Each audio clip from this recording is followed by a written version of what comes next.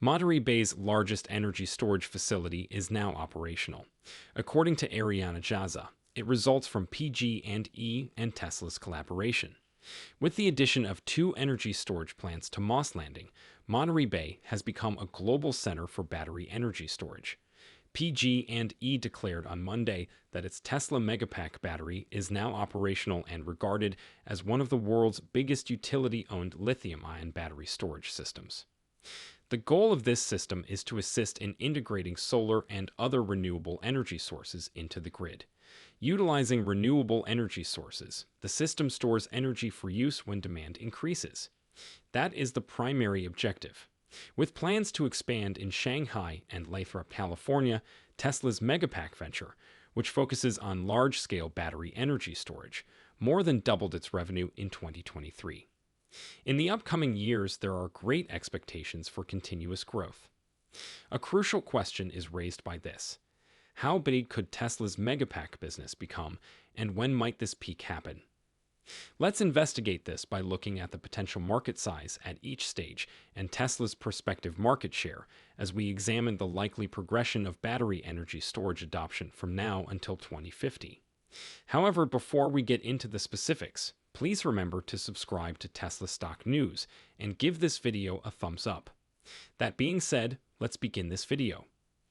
According to a white paper titled Master Plan Part 3, Sustainable Energy for All of Earth, which Tesla published following their investor day, the United States alone would require roughly 6.5 TW of 8-hour lithium-ion storage in order to make the switch to renewable energy.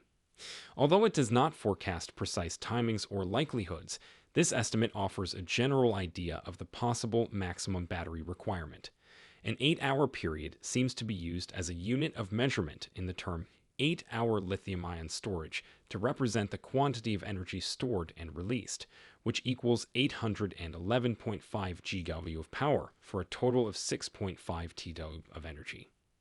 The duration rating that the majority of grid storage batteries are anticipated to have may differ from this one. Let's look at projections from the National Renewable Energy Laboratory, NREL, to give more information about the schedule and storage times. Up until 2050, NREL predicts that the implementation of grid storage in the United States to support renewable energy would take place in 4 stages.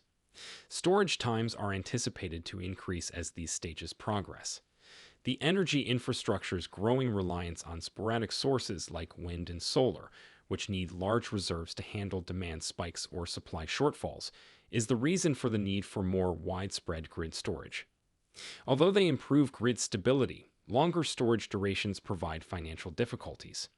They have recurring expenses like maintenance, property taxes, and finance, and their slower charge and discharge rates result in less revenue opportunities. Notwithstanding these obstacles, economies of scale and technological developments are predicted to drive down the cost of energy storage, eventually enabling the implementation of longer duration storage schemes. While NREL's detailed stages provide more information than Tesla's general estimate, they do not identify the sorts of technologies to be deployed, the years for phase deployment, or the energy GDOA. Each phase has been assigned a principal grid service to help understand the planned uses. Operating reserves, like as frequency regulation, are the main emphasis of Phase 1 in order to stabilize the grid. In order to replace gas-powered peaker plants, Phase 2 is devoted to peaking capacity, while Phase 4, titled Renewables Firming, will address the deeper reserves required for the switch to renewable energy sources. Phase 3 focuses on time shifting to balance load over a 24-hour period. As costs become more competitive, longer duration storage alternatives are expected to become more popular in terms of deployment schedule. A cost analysis per kilowatt hour is essential in addition to the timeline. When industry average sales costs for 4-hour battery storage reached $120 per kilowatt hour in 2020, it was a turning point. It is assumed that 8-hour and 12-hour storage systems will become economically viable when cell costs decrease to $60 and $40 per kilowatt hour, respectively, because of their diminished revenue prospects within specified durations, even though this number does not include total installation costs. On the other hand, the economics of storage that lasts less than an hour work on other principles and are frequently valued based on power capacity rather than energy capacity.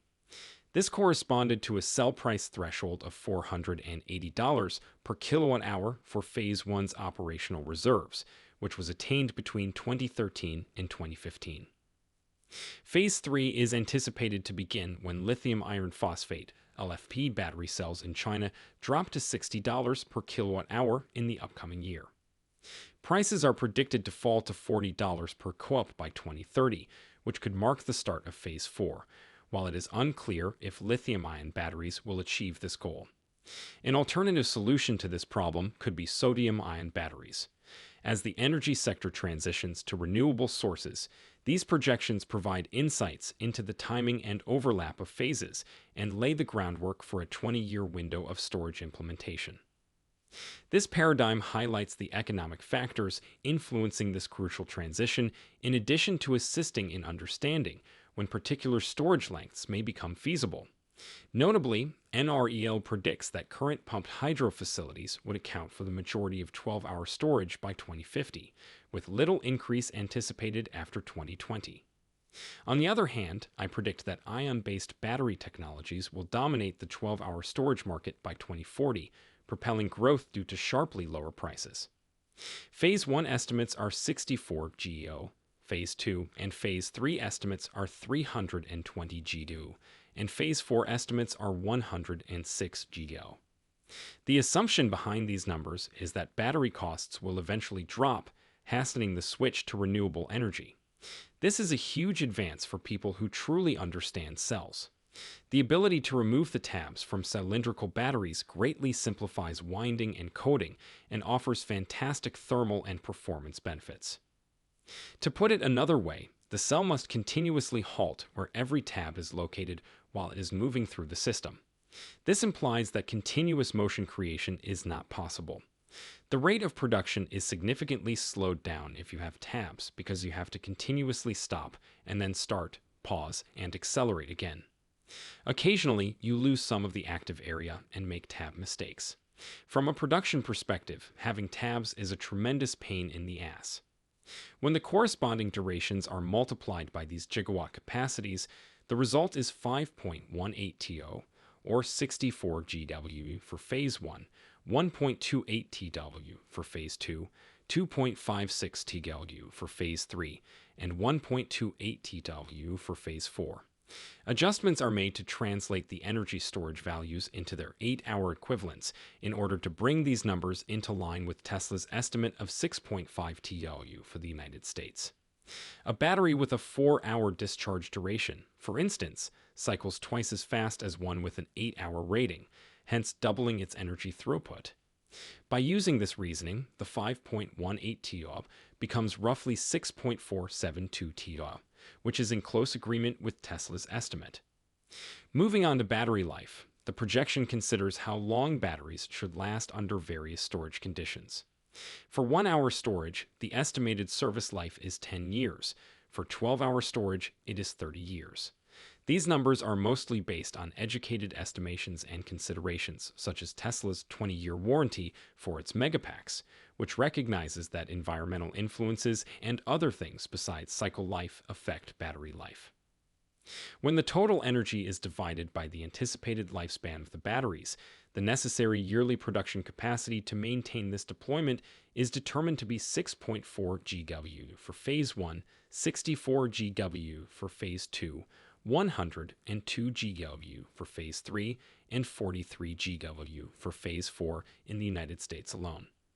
The National Renewable Energy Laboratory, NREL, predicts that 12-hour energy storage will mostly depend on already existing pumped hydro facilities by 2050, with minimal growth expected beyond 2020. But by 2040, I see a change in the market for 12-hour storage, with ion-based battery technologies projected to overtake other options due to substantial price reductions. According to the forecasts, 64 GEO will be designated for Phase 1, 320 GEO for Phases 2 and 3, and 106 GEO for Phase 4. He cornersed.